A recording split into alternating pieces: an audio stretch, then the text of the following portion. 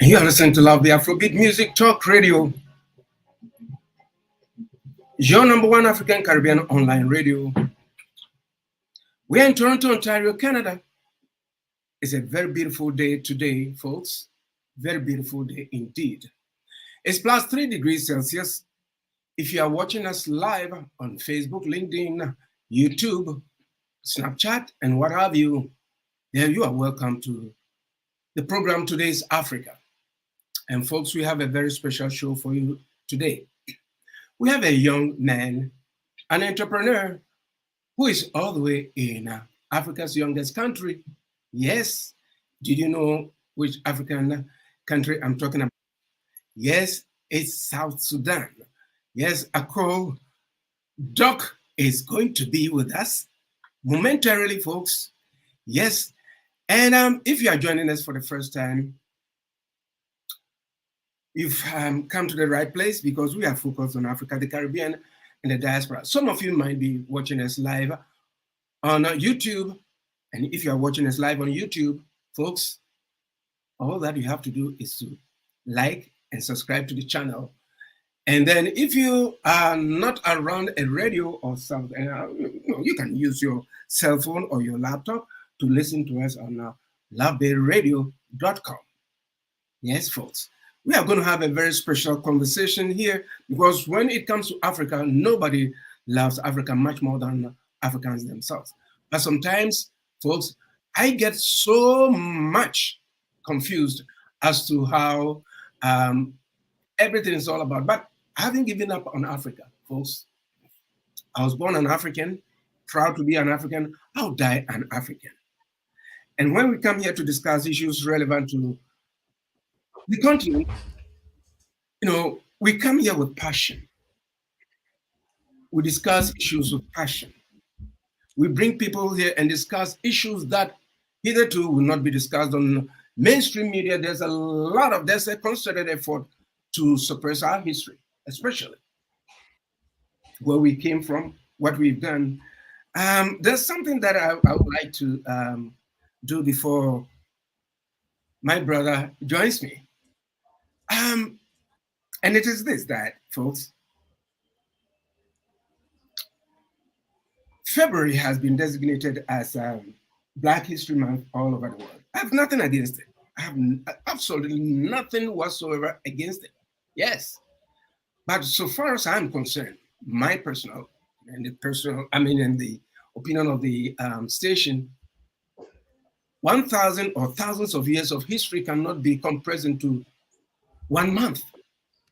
Even the shortest month of the year, that's 28 or 27 days in that month, our thousands of years of history cannot be compressed that way.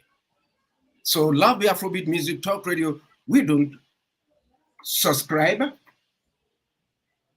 We do not subscribe to celebrating our history, our geography, and everything in February. We celebrate Black History Month every day of the year. And folks, without much ado, let me introduce my brother from another mother, from the same continent. I'm so happy to be going to have a conversation with my brother, Akol Doc. Hi, Akol, how you doing? Hey, how are you doing? Thank you for joining me. Thank you for letting me join. Great. I'm doing great, thank you. How's the weather down there? As a Westerner, so-called, always we are asking about weather and how it's very hot anywhere around the globe. How's the weather there? Here in Juba, South Sudan. It's very, very hot. How's the weather there? I couldn't hear you. It's very hot. The weather is very hot here. I'm envious of the fact that it's out there. It's brutally cold here. You're in Toronto? Yes. You're in Toronto? It is cold. Wow. Yes, it is cold. It is cold out here. Now I can hear you properly, loud and clear.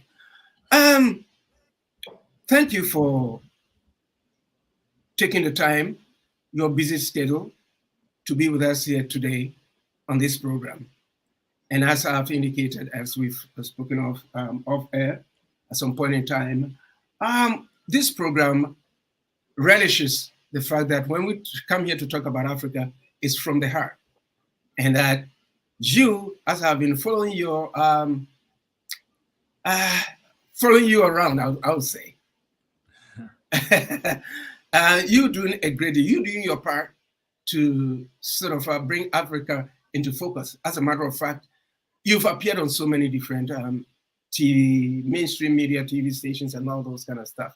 But it's so refreshing at this particular point in time to be speaking and chatting with you.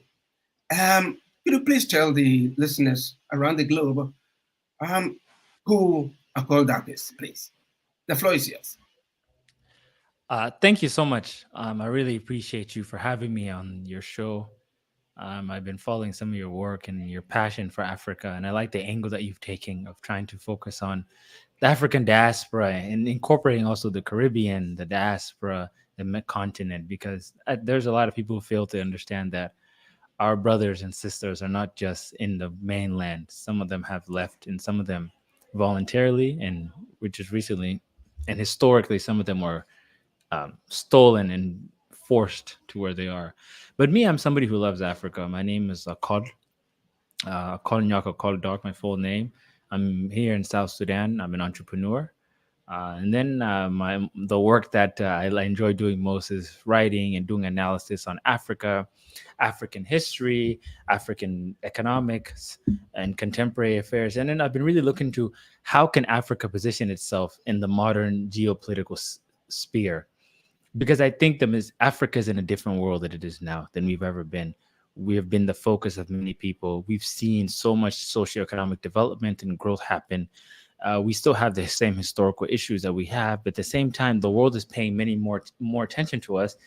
But now we have a new generation of Africans who have been educated, who have been exposed, who understand the challenges facing us. People like yourself, people like me, like many people who believe that it's time that we start taking a different course of action. And this course of action involves sensitizing our people to their rights and their values, letting our people know that exploitation is unacceptable, and also letting them know that mediocrity is unacceptable and we need to do better. So I've been writing about Africa, talking about it on TV and all this since I was in college for almost 11 years now. And now I've been on very different shows, CNBC Africa, CGTN Africa.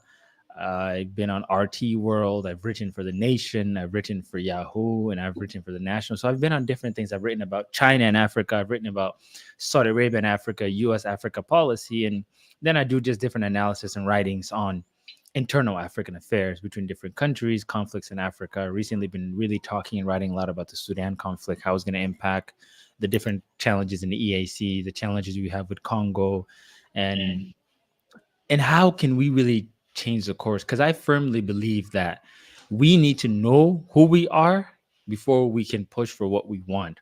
Because before you get what you want, you have to know what you want. To know what you want, you have to know who you are. And I think that's why I'm a student. You can see the books I have. I'm a student of African history. I'm a student of African. I've been studying this, and it's my favorite topic because it's so beautiful how we've gone from being colonies of the white man to now being independent countries that are pushing for global changes. And we have some of our ancestors were people who lived in the village and stayed there, but now we are in a situation where we're in the global world. We're voices for our people. And there is pushback. And I think the biggest challenge in the media space, I would say people like yourself and people like me, that we do face challenges that the media space for Africans has been dominated by Western-based media, Western, or you can say Eastern-based media, where either you work for a media institution to promote a certain narrative, or you work and for yourself and from an African narrative, but also many people don't see the value in an African narrative yet. I mean, you have a lot of Africans who work for these sites and they're promoting that narrative that we want to dispel, the narrative Africa's poor, Africa's a terrible place, and these types of things. But at the same time, you have people in the West coming to do business in Africa. You have people in China, people in the Middle East, people in different places who have an interest in Africa. So that's just briefly about me. Yes, I you've given me something to go on with. It seems we're having some the same. what we need to focus on as Africans is the fact that anytime that we've been here, it's been like we discuss issues of great importance where it comes to Africa. But the first thing that comes to mind is like if we want to go through the strategies that can make Africa that we where we can look Africa in the eye into the future. I think there are certain things that we have to look at. Leadership. How do you look at leadership in Africa right now? It seems we are in crisis. Africa is in a leadership crisis right now. How do you I look at it? wouldn't say we're in leadership crisis because Okay. the definition of leadership shouldn't just be relegated to political leadership. Political leadership is important and it's essential to getting what we want done. But then we have to ask ourselves, if we're in crisis, we also need leadership in different avenues. We need social leadership to sensitize our people of their culture, of their way of life, and of their value. We need economic leadership to really allow ourselves to become economically independent. And this can then be supplemented by the political leadership. So, I mean, I firmly have a different view. I don't think we are in crisis. I mean, you have your challenges, you have issues where there are different people leading different countries who people may not be favorable or they may approve or disapprove of them. But I think some of these strategies come also as what can we do practically? And to do this practically, we need our people to all carry their own weight. You see, it seems we I say leadership in crisis because most often than not, we've heard bribery, corruption, and after, let me take some of our countries, for instance. Let me take Ghana, for instance. After 1957, where Ghana achieved her independence, we've gone through so many different kind of governments. If you look at us right now, if you look at us right now, it feels like there's a lot of things happening. We have not been able to take control of our natural and human resources. And we are at the beck and call of outsiders, if I say outsider Westerners coming to take in best brains and stuff like that. If it wasn't a leadership crisis around leadership, because most of these people may have studied, they know the trends in terms of governance in other parts of the world. Why is it that we haven't gotten to a point where we can say that, look, we are in total control of our destiny, if I can put it that way, and always sort of look at the West and then go there and then go and take. We go there with cup in hands. There's something wrong. See, if I come to talk about this, I get so passionate about it. There's something that is not right. That's where I'm looking at right now. But what do you think it could be that is prompting? Like you give an example where in some instances people make progress and then people take steps back. But to many people, they'll say Ghana is doing well. I mean, the challenge, we look at Ghana now, the issue of the economy, the debt crisis, the Eurobond issues, and many people are not happy with the leadership of President Nana Akufo-Addo. But at the same time, some of the strides that they've have made in the past 5, 10 years, people have been impressed by. I mean, even the economy of Ghana, people see the economy of Ghana is much more stronger. But if you go further, I mean, there's always going to be hiccups. And we have the right to criticize leaders. We have the right to criticize people and say, okay, you guys are not doing the thing that we're doing. Because there's a thing that I always say, that when you fail to deliver, the heroes can even become villains in our eyes. And you give the example. I mean, look at Ghana Kwame Nkrumah. I mean, he was overthrown in 1973 in a coup. 66. 66, yeah. That's 66. He was coming from Vietnam, I think, and then and then he also himself, his relationship with the big four, big five, those are Danforth, wasn't. At the end of the day, he came and he wanted a firm hand, and his party, the CPP, Convention People Party, started to behave like the British. Even the issue of the cocoa, how they dealt with the cocoa exports, how they managed the funds, it became an issue. So this is a person who's seen as a father of Pan-Africanism, and I find him an interesting topic to study because when we say leadership, let's study the good and the bad. Let's study the successes and the mistakes. I'm somebody who is a big, I would say, like, I really, I love Nkrumah. And so when I started reading books about some, I like to do this thing. I read books about his critics. People say, oh, you know what? He disappointed us. I mean, I read a book, some Ghanaian who gave the perspective, and he talked about how he could have done more. We expected more from him, and the way they did things, the way they dealt with Pan Africanism, we should have done better. So I said, wow, this is so interesting. We didn't look at this perspective. But do you think that's why I say we need to change the way we look at our leaders? And I always give an example. I look at Sankara. I mean, some of my favorite leaders in Africa, like Sankara, Lumumba, Kwame, even my own country, Dr. John Garang. You find some of them we like to praise the positivities that they did, but we don't like to learn from their mistakes. And I think, and also we don't like to talk about them from an objective historical perspective. With Sankara, Sankara had the charisma, he had the pull, but sometimes his unpragmatic nature made him difficult to work with. Where he was a young military officer, he didn't have a lot of buy-in from the political elites. He didn't have a lot of buy-in from the religious and the traditional leaders, and ultimately they were his downfall. He did his best to implement so many reforms at once. He was very vocal about what he wanted to do.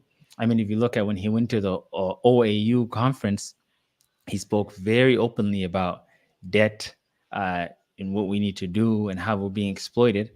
And you find that even he had some of his enemies were fellow African leaders like Boyeti, Felix Boyeti of the Cote d'Ivoire. But we can learn that leadership is a very multi-layered thing. It's not your ability to lead, it's your ability also to learn from our leaders. So when we look at the leadership crisis in Africa, I wouldn't say there's a crisis of how we look at leadership. Because some leaders will defend themselves and say, like right now, if you were to call President Nana and say, you're destroying the economy, he'll tell you some of these debts I didn't take. It's true. I mean, he's also been he's been in the politics. He was a foreign minister. He was attorney general. He's been in the government for a while, but he can say, I'm doing the best of what I have. And his supporters will say, he's doing a good job with the cards that he's dealt with. Obviously the opposition will say he needs to do better. And that's always the thing. But I think we need to change the standard of it. We need to change the standard and have practical goals that we can reach, because everybody wants to be a revolutionary. And that's the problem. Nobody wants to do the small work and the practical things. And that's why I would always say, I had this belief that Nelson Mandela sold out. Then I studied it. Then I said, look, Nelson Mandela was probably the most practical leader that we've had as Africans. He had to make a decision. He had to compromise. And I know it hurts many Africans. He was in prison. But, the ANC, many of the people were not happy with the compromise. And if you look at de Klerk, even the de Klerk had to make a compromise. But Mandela, what got him to see this is that, what am I going to do in prison if I stay? I've already stayed 27 years. But I can do something where I can able to get my people something. And if I have to means I have to work with, the white man. And so be it. And these are things that we don't like to say, that sometimes leadership is doing what's best for your people. And people are not like that. But we cannot all try to be revolutionary heroes, I just want to see your thoughts. Do you get what I'm saying? Yeah, I get you. In terms of the aforementioned leaders, yeah, you're right. I mean, I will agree with you that we always sing their praises, but we don't look at the mistakes that they made. In terms of those leaders that you spoke about, you see, I would, from where I sit, and from what I've read, and from what I've been through, and from what I've read, if I can put it that way, I can see those leaders of when you talk in terms of Kwame Nkrumah, when you talk in terms of Jomo Kenyatta, Dr. Nyerere, and all the others. We cannot, at this particular point in time, look at them from from that era and here, because they were Yes, selfless. They were very selfless. very So selfless. very selfless. They had periodic meetings, either bilateral or trilateral.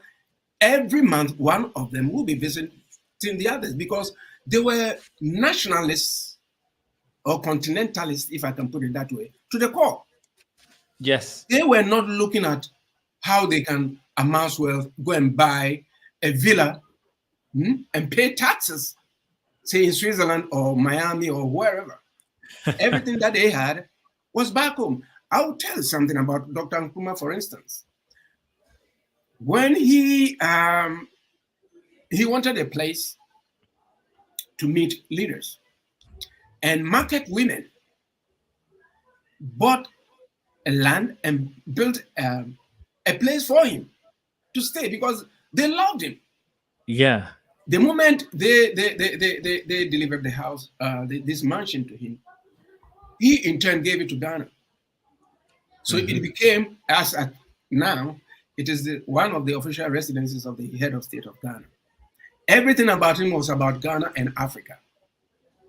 It was Hmm. not about him. Dr. Nkrumah died without 1 cent in his bank account. He didn't have a house. Yeah. Even where he was buried, I mean, where his old hometown, when he was going to be buried there initially, they had to pave the road to get to the village. This is a man who had everything under his. So when we talk, I mean, we can talk even about I mean, Dr. Nyerere. I say Dr. Mwalimu Nyerere. All of them, if you look at all these people, they may not have been um, liked by some sections of the communities of the countries that they ruled over. But at the same time, too, their imprints are still there.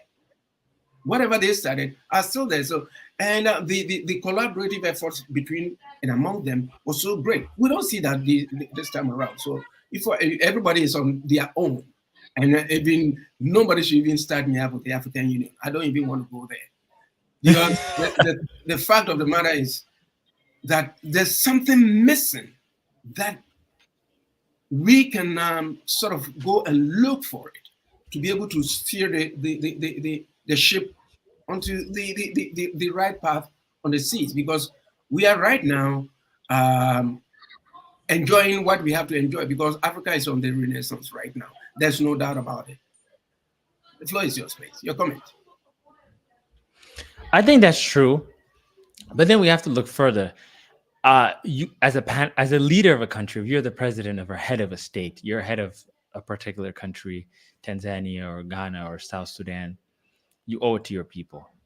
And I think also, like you said, many leaders have died poor. Sankara died poor. Samora Machel, when he died, they didn't look to amass wealth, and people didn't look at a government as a place to help yourself. Because the view of government has been it's a place where you can get rich quick, access to opportunities, access to wealth, access to build villas in Miami. And it's a mindset that people have developed, which is very unfortunate. That's why you find people fighting to enter government so much, because it's like it's a way out. It's a lottery ticket. I mean, you become a minister or a key position, a governor. That's to many people. That's a lottery ticket. In 3-4 years, you'll never see poverty. But it goes to the point of what vision do we have? What vision are people articulating? What Pan African vision is being articulated in our time? Because many leaders, like you've mentioned, Nyerere is loved and inspired for what he did. Nyerere was supporting the Frelimo of uh, Samora Machel. Mhm. Nyerere also played a big role in supporting the ANC. He played a big role in supporting the MPLA. So Nyerere was seen as somebody who supported other revolutionary movements in Africa, and it got him into problems with other people, So as that visionary is taking that risk, like I'm responsible for my country, but I also am concerned about other African countries who are oppressed, who are under subjugation, as we saw in Southern Africa with Northern and Southern Rhodesia, and then with South Africa, then with Namibia. and northern southern Rhodesia is just Zambia and Zimbabwe for those that don't know, and how he really supported. You saw this with so many of the countries that got their independence later. If you look at the Portuguese colonies of Mozambique and Angola, and then the South Africa and Zambia and Zimbabwe, they promoted some of these African leaders. Like they supported us during the revolution, during our causes, during our movements. Even the Gaddafi was seen as somebody who supported all these. So you mentioned that they thought of more than themselves. They thought of the selflessness of I'm gonna care about a country that's far away because I have a vision. But the challenge now as us Africans, is it possible to have a continental vision? Because our vision has been diluted to regionalism, where you have the North African bloc, which is mostly the Arab blocs. Um, you can have Tunisia, Tunisia, Egypt, Morocco, Algeria, and Sudan. And then sometimes Sudan is counted into the. Then you have the East Africa Community Bloc, which is South Sudan, Tanzania, Uganda, Kenya, Congo, Rwanda, Burundi. Then you have the Horn of Africa. Like we have been disintegrated, but the thing we have to look at now is political practicality more than anything, because it's not the time of where you're the president of Ethiopia and you can be supporting movements in another country. Logistically, it's challenging, and also you don't want to be seen as supporting other movements because now you can say we don't have a colonizer called there's no African colony formally. I would say we still suffer from economic colonizations with the resources and all that, yes, but formally we don't. But then now we need a new vision for a new Africa. And this new vision challenges because many people argue against Pan-Africanism. They say, well, we have the African Union and we need to get into the African Union. And I've said it, it's a toothless organization. It does nothing. It doesn't have any pull. But look at what body solves a lot of African issues are the regional bodies. You have SADC in Southern Africa, ECOWAS, uh, IGAD, Horn of Africa, and East Africa Community. When people have issues, they go to their neighbors in the region. So if Nigeria is having an issue, they're going to go to Benin or they're going to go to Ghana. And those relationships have been there. So now, how do we have a Pan-African movement when we've already been thinking regionally? We've already been seeing that there's so many differences among us. The West African countries are morely French-speaking. You come to East Africa, you have Swahili, you have Arabic. Southern Africa, English. North Africa, Arabic. So what can we do to have a more comprehensive Pan-African movement that's viable in this era? Yeah. Wow. Wow. What a great. I like that. I like that. Folks, you are listening to Today's Africa on Love the Afrobeat Music Talk Radio. We are in Toronto, Ontario, Canada. Sorry. It's plus 3 degrees Celsius and it's 28 minutes past 11 a.m. Eastern Standard Time. And we are having a very great conversation with my brother, Akol Doc. He's in South Sudan. Akol is a young man, an African, and you know what? This is what we have to be doing. We have to come out and tell our stories because we have so many stories to tell about us, about how we fit or how we have fitted in the globalization. I mean, in terms of development globally, we have made strides that has gone unnoticed in terms of inventions and stuff like that. We haven't done so great a thing to be able to put it out there for the whole world to know who we are as a people. Folks, yes, we are having this conversation. Now, we are going to move. There's a question that I would like to ask Akol, if we haven't exhausted the leadership thing already. There's more to it than meets the eye. Do you think Africa should leave most of these international bodies? um yes. Okay. These international bodies have become too saturated. I mean, look, you have the United Nations, you have G20, you have BRICS, you have G whatever, you have NATO, you have WTO. so Yeah. many. Mhm. Yeah,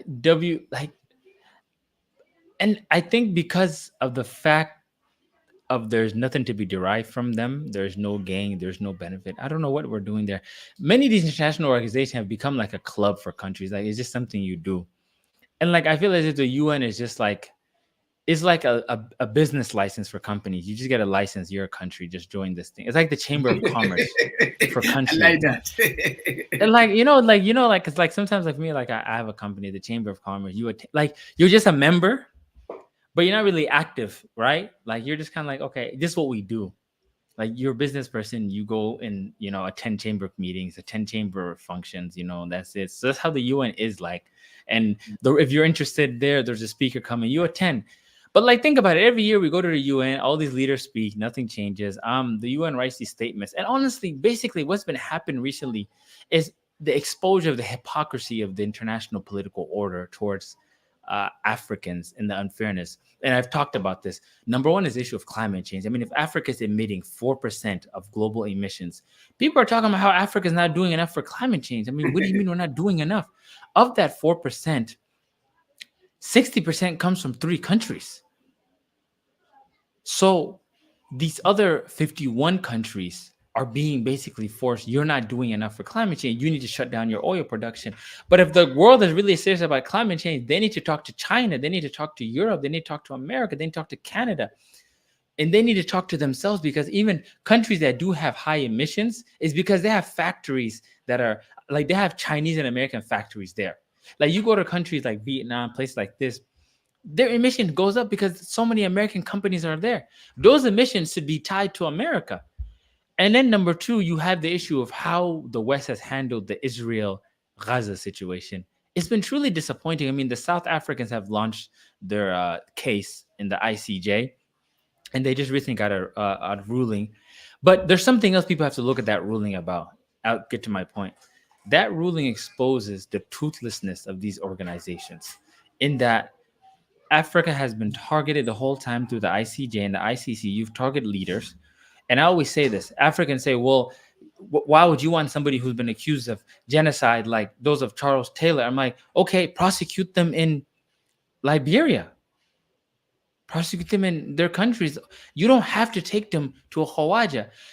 Now, South Africa is proving to us that these things can be used against them. And now you're going to see many leaders, many Western countries pulling out from these bodies because they can see that this can be used against them. And that's something many people fail to see. You're going to see that, like with South Africa's new ruling, the West is going to be like, wait a second, Africa's waking up to how these things, we use it against them. Let's change. So these bodies serve no purpose. The U.S. is not part of the ICC, but the U.S. is the most biggest advocate for arresting war criminals and taking them to The Hague. And they haven't signed to it. Many U.S. organizations based in the U.S. push for people who are accused of war crimes to be taken to The Hague and tried. That's why I say you'd rather have these people tried in their own countries. Let their countries deal with them. If your country reconciles with you and says, we're going to punish you, or we're going to let you go because of what you did, we'll forgive you, move on, that's based on you and your country. But who is the white man to come and tell you you've wronged blacks or you wronged Africans? I'm going to prosecute you in my country. But when you wronged us, we didn't prosecute you in your countries. And it's an example of how Germany has apologized for the Holocaust, but they haven't apologized for the genocide of the Hariri and Namayaka people in Namibia that they did in 1904. They refuse.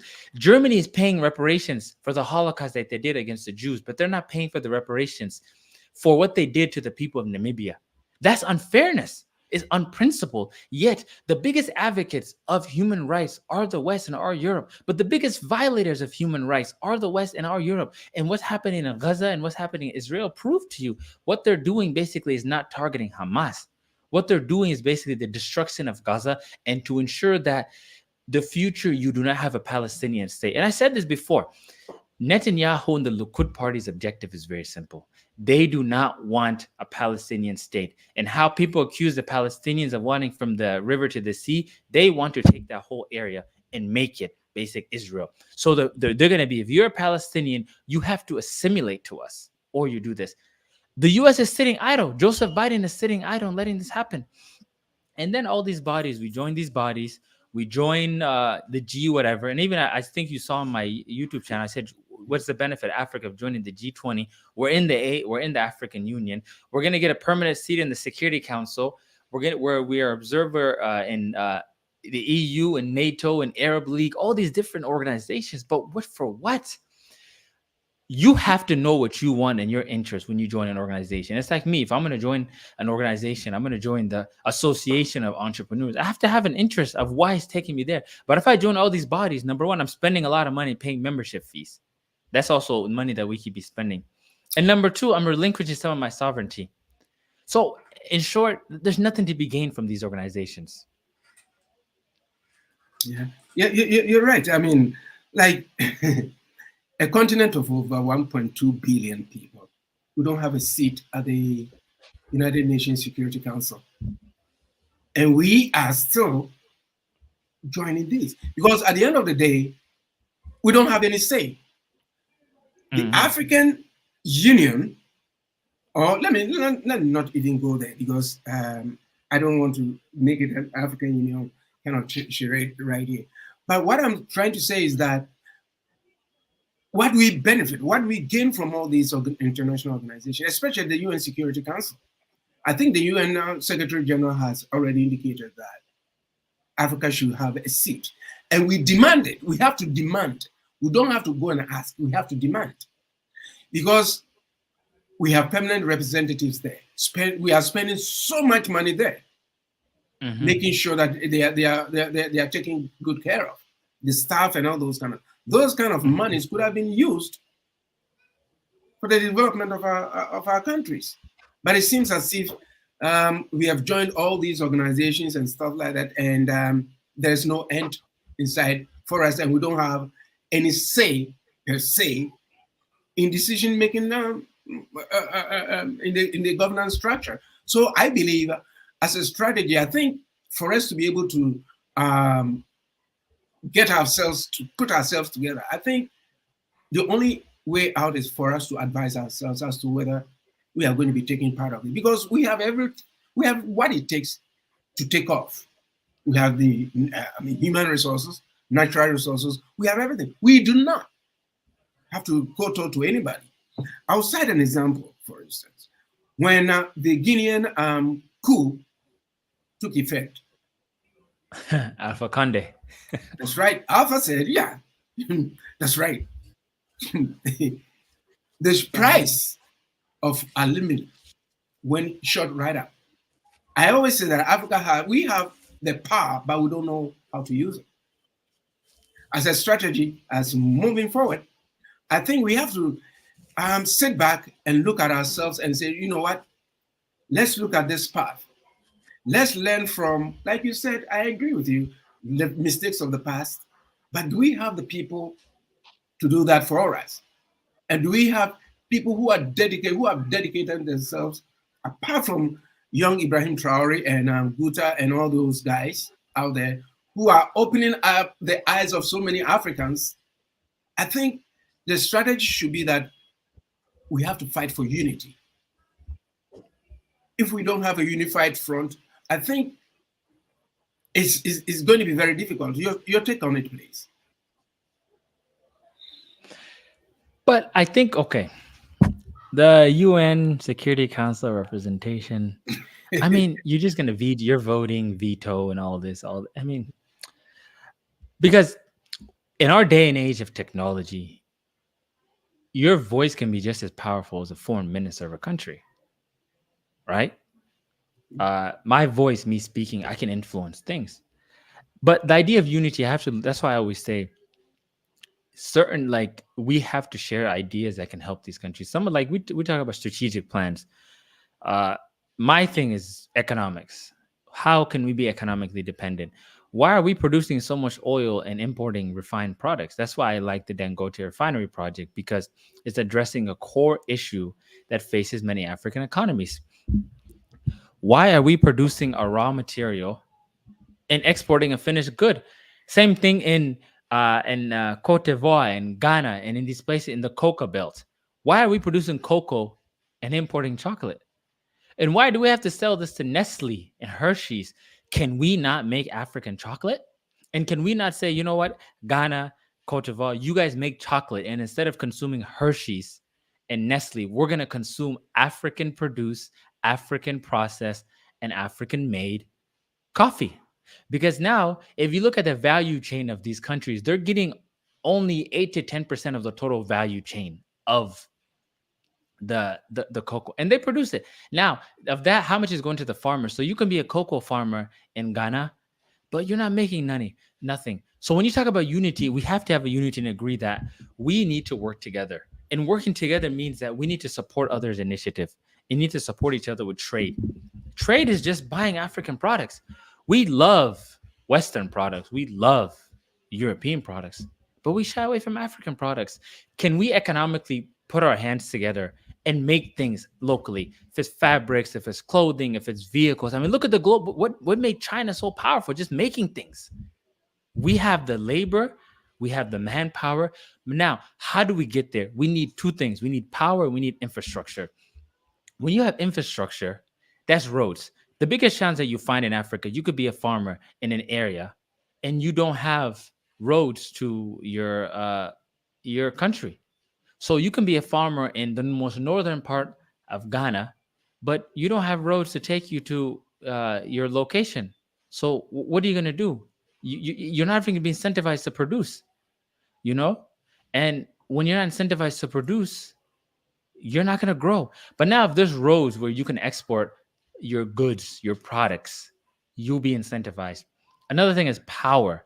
I mean, like our power consumption is so low. I mean, if they say only 25 to 30% of people Africans have access to electricity, I mean that's not a lot. Some countries has lower, but that's the average. That's the average of all the countries. Some countries only have 10% is based in bigger cities. We need an industrial city. We need industry. We need to be refining. We need to be producing. We need to be processing. Because now we process crude, we export it. We process coca, we export it. We process sugar, we export it. I mean, sugar cane, we export it. We process grain, we export it. We process diamonds, gold, we export it. We're not processing it. We're producing it, but we need to process these things. So instead of making gold and selling it to buy, why don't we create our own gold factories? So strategic plans have to be first on getting our economic power back, because the reason we're leveraged by these Western countries, Middle Eastern countries, and Asia is because of our weak economic position. That's why the Chinese man is able to come and say, I have money, you don't have money. Another thing, we need our Africans to invest in Africa. Invest in Africa, but you also have to create a conducive environment so people like Theo can come and invest in Africa, where I can have a Love Bay radio in different parts of Africa. You don't want to come and be asked for kickbacks, asked for whatever. To achieve this, it has to be people willing to sacrifice, because the day and age, one thing people fail to understand, what does America sell? America sells culture. When America sells something, they're not selling the product. They're selling the culture. When America sells basketball, they're selling American culture. When they sell Coca-Cola, they're selling American culture. When they sell McDonald's and Burger King and Subway, and they go set it up in Accra, and they go set it up in Lagos, they set it up in Juba or Nairobi, KFC. People love these American products because they want to be affiliated with American culture. First of all, you have to love your culture and reject it. The Chinese are powerful because the Asian communities reject foreign culture and embrace their culture. And that's how you see it. Like, and I tell people, embracing African culture isn't just wearing dashikis. It's genuinely buying African products, buying African-made goods, supporting African industries. Because yeah, I can still may wear my suit, but the cotton was grown by you and your farm, and it was processed by you, and you made the fabric, and then a tailor did it there. The whole value chain then is controlled. You see, the value chain is controlled. But if you're in a situation where everything you purchase comes from Europe, that's why Ghana has a dollar crisis. That's why Africa has a dollar crisis, because we import so many things. I mean, your import bill is so high. I mean, if you read the import bill of some countries, they import food, sugar, flour from Toothpick, Ukraine, from toothpick, Russia, toothpick. Why? Then, so your balance, because if you're our modern economy is based on your balance of payment, your currency is stronger based on how strong that you export and you import. Because it's like, if the Ghanaian city is low, it's because people don't have see a value for. People don't see value for the naira or the South Sudan pound or the Kenyan Ugandan shilling, because we want dollars, we want this. because our economies are weak. So it takes a lot of sacrifice, and these are things we have to address, because we can talk about culture, talk about wearing dashikis and wearing those African stuff. That's nice. But like, let's talk about the root issue. Like, you can find a dashiki that was made in China. I found a guy who was selling African attire, and the clothing was made in China. He's like, yeah, I'm like, for what? It defeats the whole purpose, because by wearing these things, I'm sending a statement that I wear African products, I wear African goods. But if I'm buying an African attire and the cotton was grown in China, what is this? So those are some of the things we need to look at, getting our economic power back, because the reason we are continually marginalized and oppressed as sovereign states is because we lack strong economic power. And economic power comes from being disciplined. No more luxury cars, no more nice stuff, no more trying to be cool and live with the wealthiest or whatever. Let's enjoy our products. Let's enjoy our things. Let's eat our own food. I mean, people are importing, I was shocked that Brazil exports chickens to Africa. Yes. Mhm. Why? Mhm. You go to any village in Africa, I'm sure if you go to any village in Ghana now, you'll find chickens just running around. You're right. We have everything. We have the sun. We have everything. God has given us everything, but we have nothing. But the fact Yeah. of the matter is that you said something that resonated really um, with me. I don't understand myself that we cannot apportion some of the resources that we commonly have, or like Ghana, Nigeria, Ghana, Ivory Coast, process your cocoa and send it. And this is just to say, under the rule of Dr. Nkrumah, this is exactly what he had cocoa processing. This nothing went out there without being processed. But after his overthrow, well, they started selling all the companies. It was very stable.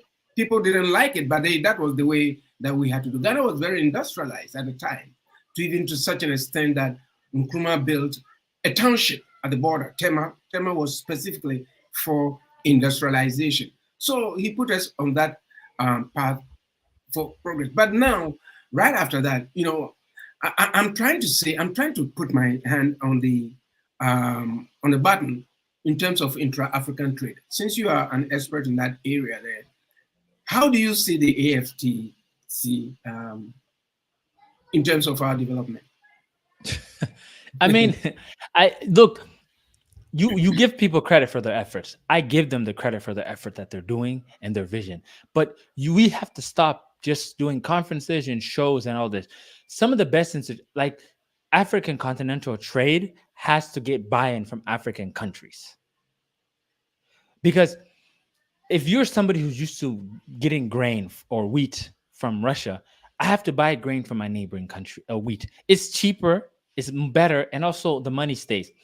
That's why many people have proposed an African common currency, where you can have a strong African currency or regional currency, or many 4 or 5 currencies. People are proposing this. There's a proposal of the East Africa shilling. There's a proposal for ECOWAS to have a currency, SADC to have a currency. And then from there, you have limited trade. But now economically, when you have to import millions of dollars of wheat, when you can grow it, you are not throwing money away, but you're losing a lot of your dollars. And those dollars, basically in our global economy, the dollar is gold. So the amount of dollars that you have strengthens your currency. That's why if you look at, why is Ghana having this issue of debt crisis? Because it took out loans for projects. And these loans, they took out these loans in foreign currencies. Now it has to buy those foreign currencies from their central bank using their local currency. So they're using the Ghanaian city to buy dollars to then pay their lenders. But when they do that, they're weakening their currency. So the more they do that, the more they weaken their currency, which means the more currency they need. Then you find yourself in a situation where, man, we spend so much money on all these projects.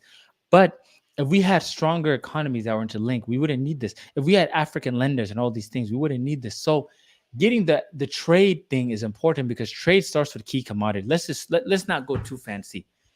We need to have our own maize flour, sugar, maize flour, sugar, fuel, coca, clothing. Basically anything we eat or wear or use to drive this. Then you go to raw materials. can we start producing them locally? I mean, if Guinea is going to do an iron ore factory in business. The Simandou mine is one of the biggest mines in Africa, in the world, and Chinese are doing that. But if you can process that locally and use some of those things, same thing like aluminum. Aluminum is something you can use. So if we don't have to get fancy, we don't have to think about this. But if we have roads and we have people who are being productive, we can go a very long way.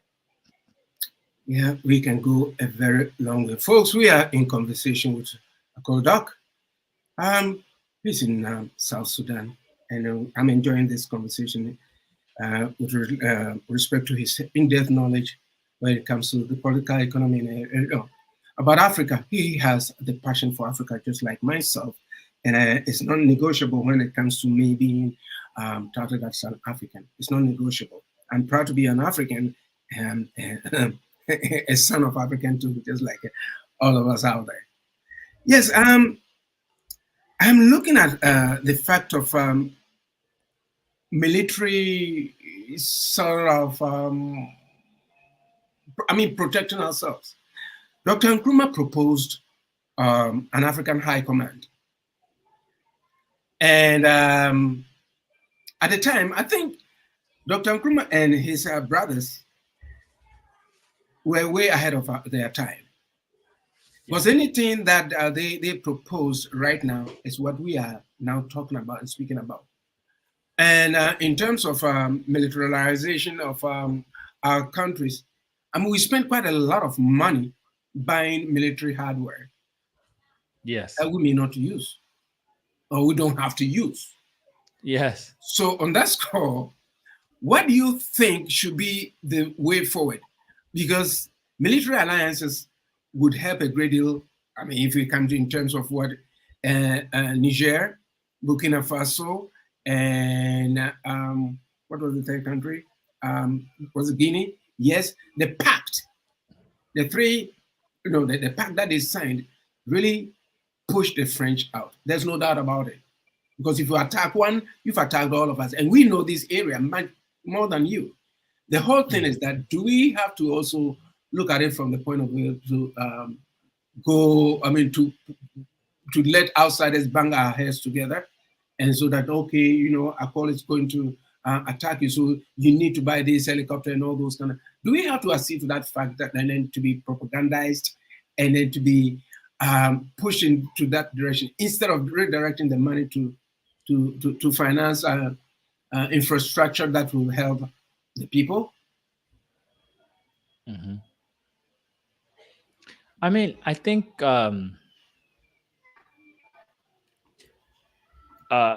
militarism is a very tricky topic because part of being a sovereign state is you have the monopoly of violence. So if you start saying things like, okay, we have an African high command that can intervene whenever there is a conflict, it's possible. There's there's two sides of the coin. One side we saw happen with the Gambia, with Yahya when he refused, and the ECOWAS basically said that if you don't go down, we're going to send in the military. Yahya eventually just said, okay, no problem, I'm going to hand over. But now imagine if it was somebody else. You saw this happen in Niger when Bazoum was overthrown. Basically, when they threatened to go in, Guinea, Burkina Faso, and Mali all agreed, like, if you guys go into excuse me, if you go into Niger, we're going to take it as a declaration of war because we have an agreement. Mm-hmm. So an African high command could pose a threat to create an African civil war. Because if you now decide to invade a country, that country has allies. Because the idea isn't just the issue of invading the country, it's the precedent. If you decide to invade Niger, an overthrow or their overthrown government or the government that was over, and then you replace Mohamed Bazoum, then you create a conflict in that country because the people who get overthrown are going to come back and fight. And then now other countries are going to say, wait a second, if they can do it in Niger, they can come to Mali, they can come to Gabon, they can go to Chad, they can go to Guinea, they can go to Burkina Faso. And that's legitimate concern. So I'm against an African command because once again, it takes away the monopoly of violence, but then also it can take African proxy wars to the continental level. So now, if two countries have an issue with each other, they can use the high command in ways that they don't want. And then also, how do you judge the high command? How do you decide who comes and who goes on? Because these states have to maintain the monopoly of violence. What I do propose is having joint security cooperation. And what I mean by joint security cooperation is that we need to look at ways to reduce violence and conflict between African states. I mean, whether we like it or not, we've had issues. You've had border issues with countries. Uh, you've had issues between countries. Even you have proxy wars where one country supports another country's militias. They deny it and all this. How do we prevent conflict that spills over into borders? That should be a role of the AU or the AU Security Peace Commission. But the idea of having a high command basically means that if you run that African high command, you yourself could use it to influence things. Because if there's an election and you send that high, you can use the high command to intimidate and influence. So the person who runs the Africa High Command can just start putting up his proxies in different countries, and countries are going to not join because they say I'm going to lose the monopoly of violence. Because if I'm not able to have if a foreign actor, foreign agent can come in, they can do that. And once again, if we open this door, we're also opening the door for the West. The West is very good at covert operations and using these things. So now if we start saying we're gonna use military action against our own leaders, the West can say, yeah, sure, we're going to too. We can use other countries to do that. So due to the history and to the sensitivity of Africa, I think this issue of high command, and that's one thing I disagree with President Nkrumah. I, I, I, I You agree. can't have that. I think I It's think tough. I think at that time it was done. At that time, it was because of the Congo crisis and stuff like that. And then he may have, he was hurt. I quite remember the Dawn broadcast that he did when Lumumba was assassinated. And I think it was the hurt that he was feeling for his slain brother that he came out with it. But then I agree with what you're saying. It could be used in so many different kinds of ways that would be detrimental to even its own establishment. I agree. Yeah, very dangerous. I I mean, agree. think about it. I mean, Kwame, his issues with his neighbors was that he was in. I mean, he was accused of inciting opposition movements against African presidents. Mhm, I mhm. mean, his problem with Philip Boying of Cote d'Ivoire was he accused him as like, you're literally supporting opposition movements in my country. I'm going to start doing that to you. Mhm. Even his overthrow, people accuse it of being some foreign agents behind it. Yes, it was. Yeah. So I mean, imagine if there was a command it would have been worse for him. At least Mhm, him, he was overthrown when he was on a foreign trip. He was in Vietnam on the way back, and they told him it's over. mhm. Some leaders are not as lucky. They get killed, they get dealt with, Yeah, arrested. yeah, You know. yeah. Yeah, we like we've seen in Africa, anyone who tried as much as possible to sort of change the status quo was eliminated from Olympio, Mhm. um, Nkrumah. There's so many of them. There are so many of them who, if you went against the status quo as has been put in place by the so-called colonial powers, you were marked for failure. But then Mhm. before we go, now let's talk about Horus Consulting. I would like people out there to know Horus. Is it Horus Consulting, your company? Yeah, or consulting. Yeah. Yes, please tell the whole world about what Horus is all about because you are one one person that I really appreciate in terms of what you're doing out there, and I think we are going to be collaboratively do what we can to espouse what is best in us, not what is bad in us, because we've gotten the flack over the years as Africans and as Africa. We have been misunderstood, misaligned, and abused. So I think we do have to use platforms like this and like yours to be able to go out there to discuss these issues because we've made social media take over us. Sometimes you go to some of these and nudity and all those kind of stuff. Well, people can do whatever they want to do, but when it comes to Africa and then discussing issues about Africa, I think we stand a chance to fill up the cup and then make sure that people understand us. Because without that, it will be game as usual. But we want to change that kind of mentality, that kind of um, things that have been put in place to confuse us. So tell us a little bit about Oros before we go, and then share with people where they can reach you. The floor is yours, please. Okay, thank you so much. So, Orange Consulting is the consulting firm that I founded, and so we're a business advisory and a general advisory firm. So, on the business side, we focus on investment management, investment advisory, stakeholder management, and we focus on bringing investment to South Sudan and East Africa. So, if you're a company interested in working, we'd advise you on setting up your company, regulation, compliance, all the different things. And also, we provide you strategic advisory on navigating the complex political environment, social environment, economic environment.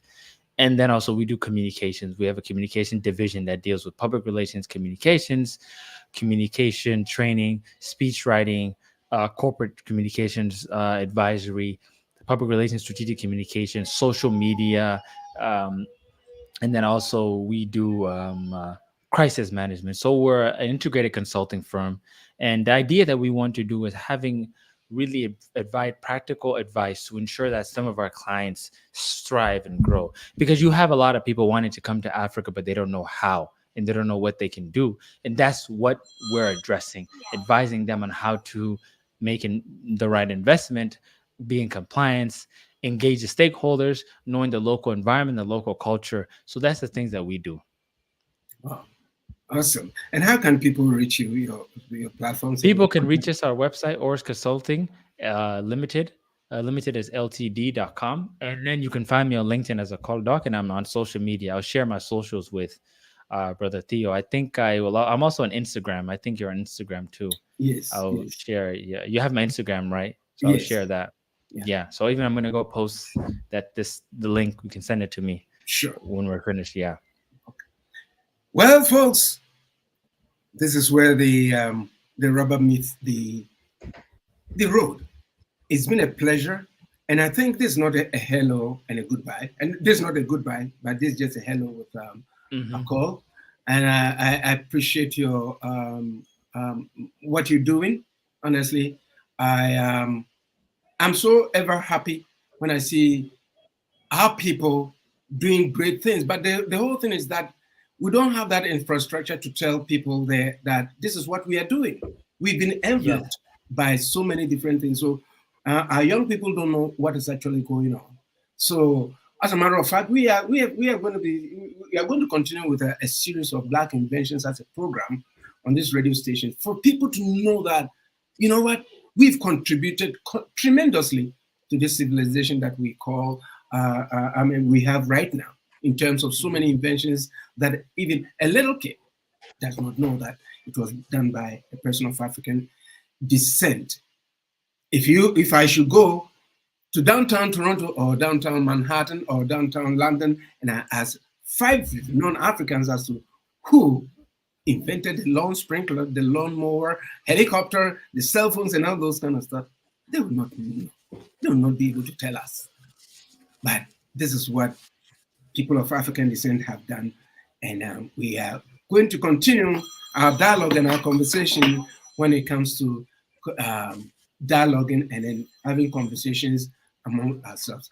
And on this note, I would like to take this opportunity to thank Akol once again. I'll be right back with you next week, same time at 11 a.m. Eastern Standard Time. It's been a pleasure. Take care of yourselves and each other. Bye bye.